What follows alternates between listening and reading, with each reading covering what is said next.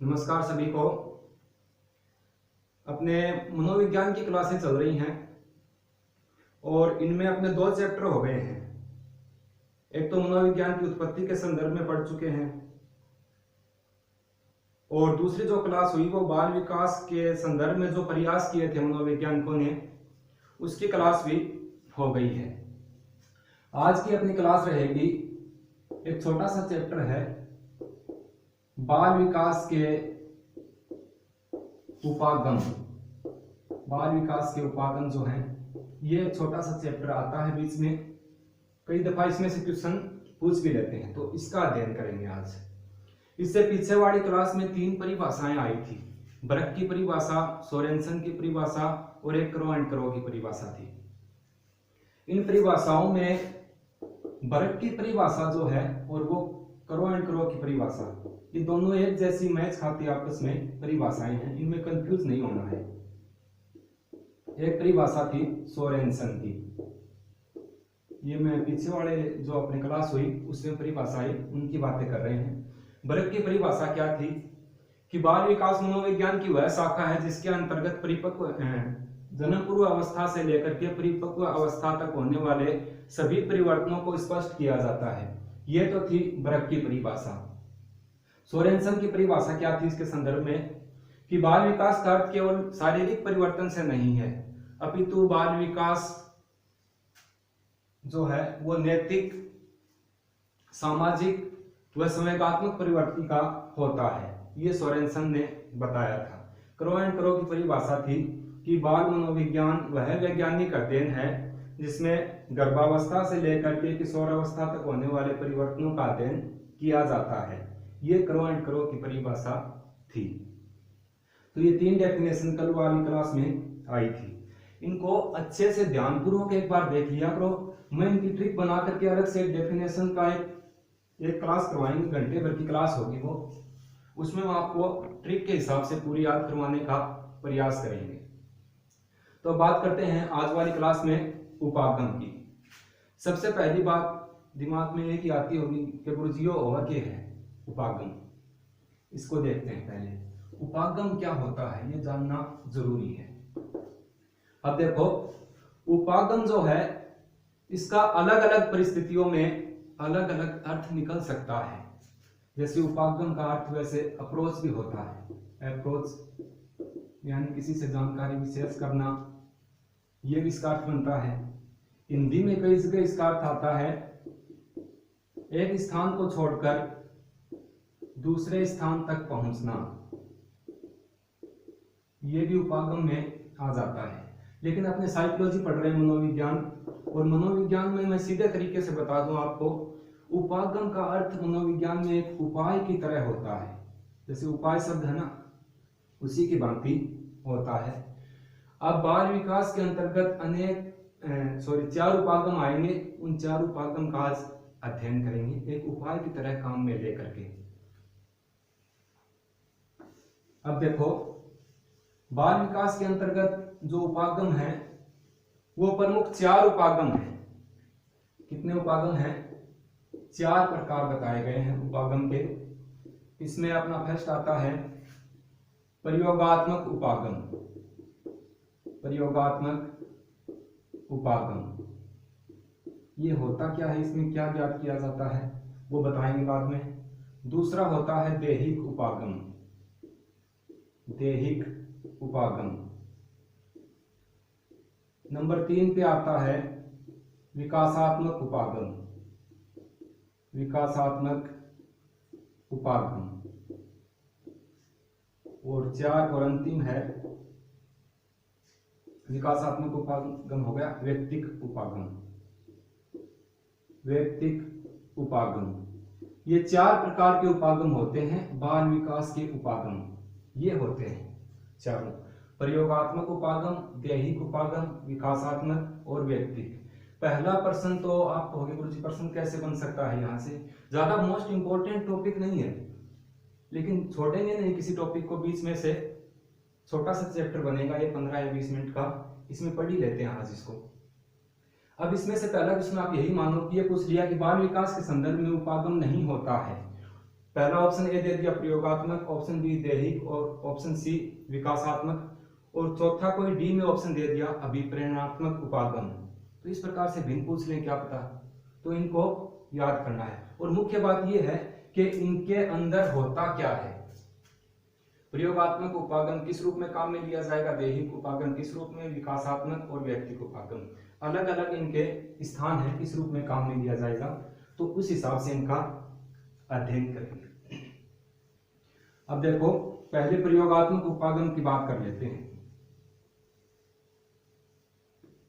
प्रयोगात्मक उपागम में क्या होता है, इस उपागम के अंतर्गत क्या किया जाता है, बाल विकास के अनुसंधान में या बाल विकास के संदर्भ में, मैं लिख देता हूं थोड़ा, बाल विकास के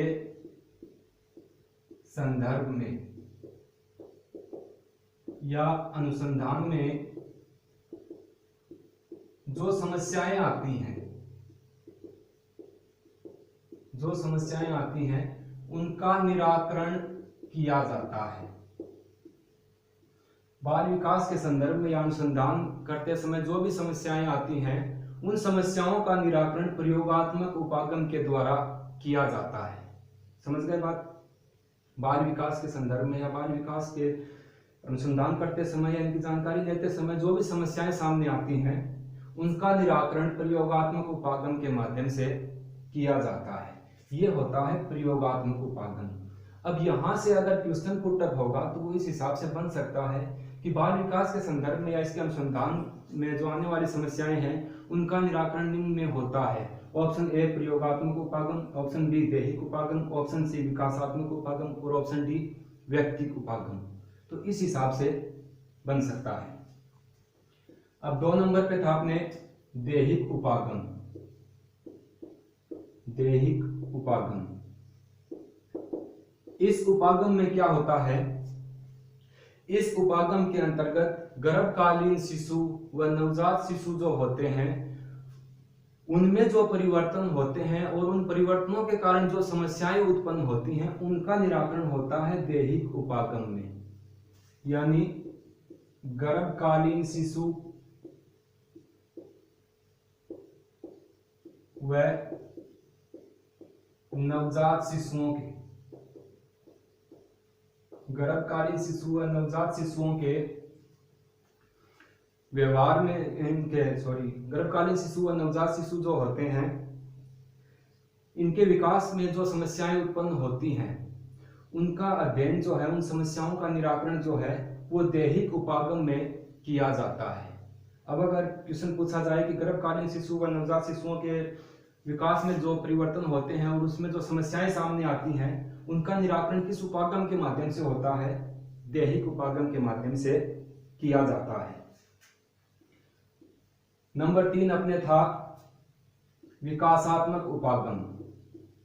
विकासात्मक उपागम, बाल विकास के उपागम पढ़ रहे हैं, याद रखना 4 ही उपागम है, छोटा सा चैप्टर है और एक बार पढ़ने से आसानी से याद भी हो जाएगा।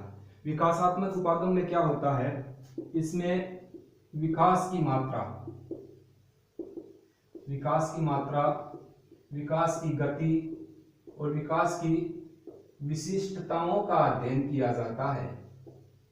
इस उपागम के माध्यम से विकास की मात्रा, विकास की गति और विकास की विशिष्टताओं का अध्ययन किसमें होता है, विकासात्मक उपागम के द्वारा किया जाता है। यह होता है विकासात्मक उपागम। अब आपको एक बात नजर आ रही होगी यहां पर लिखी हुई कि विकास की मात्रा, देखो अपने आगे वृद्धि और विकास जो पढ़ेंगे टॉपिक आएगा, अभिवृद्धि और विकास। विकास की कभी मात्रा नहीं होती है, तो आपको सूर्य तो लिख रखा है विकास की मात्रा, विकास की मात्रा नहीं, विकास कभी मात्रात्मक नहीं होता है। वृद्धि जो है वो वृद्धि को मापा हुआ तोला जा सकता है। वो वृद्धि यहाँ पर मैंने इसके संदर्भ में लिखा है, ये बात जानबूझ के मेरे को पता। विकास हमेशा गुणात्मक होता है, गुणात्मक होता है। ये कंफ्यूज मत होना, यहाँ पर तो यही लिखा जाएगा कि विकास की मात्रा, गति और विशिष्टताओं का अध्ययन किया जाता है। जब वृद्धि और विकास को एक साथ पढ़ेंगे, दोनों में तुलना करेंगे, उस समय वृद्धि तो होती है मात्रात्मक और विकास होता है गुणात्मक। एक हरलोग की परिभाषा भी है कि वृद्धि मात्रात्मक तथा विकास गुणात्मक होता है। तो विकास हमेशा गुणात्मक होता है, यहाँ पर लिखा गया है, इससे कंफ्यूज मत होना। विकास हमेशा गुणात्मक होता है, जबकि वृद्धि को मापा हुआ तोला जा सकता है। ये अपने अभिवृद्धि और विकास का आगे चैप्टर आएगा, उसमें पढ़ेंगे। तो इस उपागम के माध्यम से विकास की मात्रा, गति और विशिष्टताओं का अध्ययन किस उपागम में होता है? विकासात्मक उपागम में। नंबर 4 और अंतिम कौन सा है? वैयक्तिक उपागम। वैयक्तिक उपागम, इस उपागम में क्या होता है? इस उपागम के माध्यम से यह ज्ञात किया जाता है कि बालक में जन्म के समय से ही व्यक्तित्व का निर्माण होता है या नहीं। ये बात व्यक्तिक उपागम जो है, इसके माध्यम से प्राप्त की जाती है। व्यक्तिक उपागम, पुनः सुनो, इससे ज्ञात होता है कि बालक में व्यक्तित्व का निर्माण जन्म के समय से होता है या नहीं। इस बात का पता लगाया जाता है वैयक्तिक उपागम के माध्यम से। तो ये 4 उपागम हैं, एक छोटा सा ही तो चैप्टर है। बाल विकास के 4 उपागम हैं। प्रयोगात्मक उपागम, इस उपागम में बाल विकास के संदर्भ में या अनुसंधान में जो भी समस्याएं आती हैं, उन समस्याओं का निराकरण जो है वो प्रयोगात्मक उपागम के द्वारा किया जाता है। इसके पश्चात नंबर 2 प्रदेहिक उपागम। इस उपागम के माध्यम से गर्भकालीन शिशु व नवजात शिशुओं में जो परिवर्तन आते हैं और उन परिवर्तनों के कारण जो समस्याएं आती हैं, उन समस्याओं का निराकरण होता है दैहिक उपागम के माध्यम से। नंबर 3 है विकासात्मक उपागम। इस उपागम में विकास की मात्रा, गति और विशिष्टताओं का अध्ययन किया जाता है। विकास जो है वो मात्रात्मक न होकर के गुणात्मक होता है, लेकिन यहाँ पर मात्रात्मक ही पढ़ेंगे। क्यों पढ़ेंगे? क्योंकि वृद्धि और विकास में जब तुलना करेंगे, जो अपना चैप्टर आएगा, उस समय अलग से इन दोनों को अलग बांट लेंगे। व्यक्तिक उपागम, इस उपागम में यह ज्ञात होता है कि बच्चे में जन्म के समय से ही व्यक्तित्व का निर्माण हो जाता है या इसके बाद में होता है। इस बात का पता लगाया जाता है व्यक्तिक उपागम के अंतर्गत। तो ये थे अपने बाल विकास के प्रमुख उपागम। देखो, अपने बाल विकास की इकाई प्रथम जो है रीट के सिलेबस में वो पढ़ रहे हैं। पहले जो इससे पीछे वाली क्लास हुई उसमें बाल विकास के संदर्भ में मनोवैज्ञानिकों ने जितने भी प्रयास किए थे, चाहे वो कोमेनियस के प्रयास हो, चाहे पेस्टालॉजी के हो, चाहे स्टैनली हॉल के प्रयास हो, वो सभी प्रयास जो हैं वो पढ़ चुके हैं। उसके पश्चात बीच में ही आते हैं उपागम। देखो, एक बात मैं आपको और बता देता हूं, अगर आप क्लास को देख रहे हो तो प्लीज इसको लगातार देखा करो। जैसे नहीं कि 2 मिनट का वीडियो देख लिया फिर वीडियो को स्किप करके 8 मिनट पे चले गए, तो फिर समझ में नहीं आएगा। अगर पूरा चैप्टर जो है, पूरी क्लास एक साथ लगातार आप देखोगे तो इसमें समझ में आ जाता है। शुरुआती वीडियो जो है वो हार्ड बनते ही हैं, आगे ट्रिक के हिसाब से आगे सरल हो जाएगी।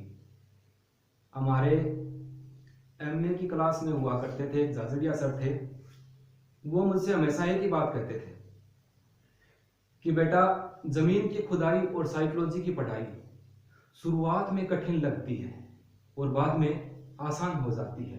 तो वही बात है, शुरुआत में 1-2 चैप्टर आपको कठिन लगेंगे, इसके पश्चात मेरा मानना तो ये है कि मनोविज्ञान जैसा कोई सरल सब्जेक्ट भी नहीं है।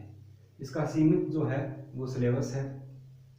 कई बातें हैं जो बैंकिंग मॉडल रटकर करनी पड़ती हैं, कई बातें हैं जो प्रोग्रामिंग मॉडल के हिसाब से याद हो जाएंगी। तो ये बातें हैं उपागम के बारे में। अब इसके पश्चात चलेंगे तो अपने बाल विकास की अवस्थाएं जो हैं वहां पर पहुंच जाएंगे। और बाल विकास की अवस्थाओं में आपको पता है शैशवावस्था है, बाल्यावस्था है और किशोर अवस्था है। ये तीनों अवस्थाएं हैं, लेकिन इन तीनों अवस्थाओं तक पहुंचने से पहले जो गर्भकालीन अवस्थाएं हैं, जन्म से पहले की अवस्थाएं भी होती हैं, उनसे गुजरना पड़ेगा पहले। अब देखो, बाल विकास की अवस्थाएं, बाल विकास की अवस्थाओं को 2 भागों में, 2 पार्ट में डिवाइड कर सकते हैं। पहली है जन्म से पूर्व की अवस्था। आज की क्लास में सिर्फ जन्म से पूर्व की अवस्था है यही पढ़ेंगे, क्योंकि कल से नए सिरे से शुरू करेंगे शेषवावस्था, और शेषवावस्था तो मोस्ट इंपॉर्टेंट टॉपिक बनेगा। अवस्थाएं तीनों ही मोस्ट रहेंगी।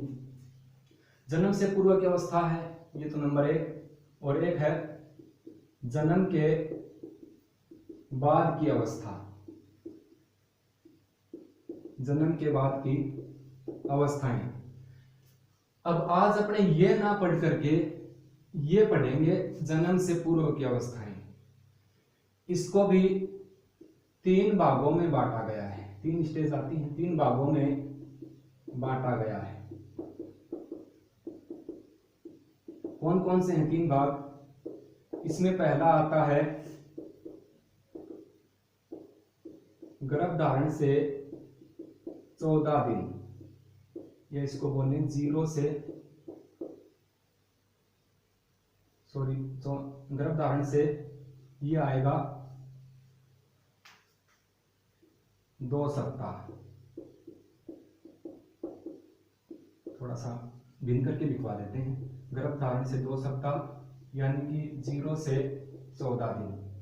ये कंफ्यूज इसलिए हो कि दिन के साथ ही लिखवा देते हैं। ये पहली स्टेज।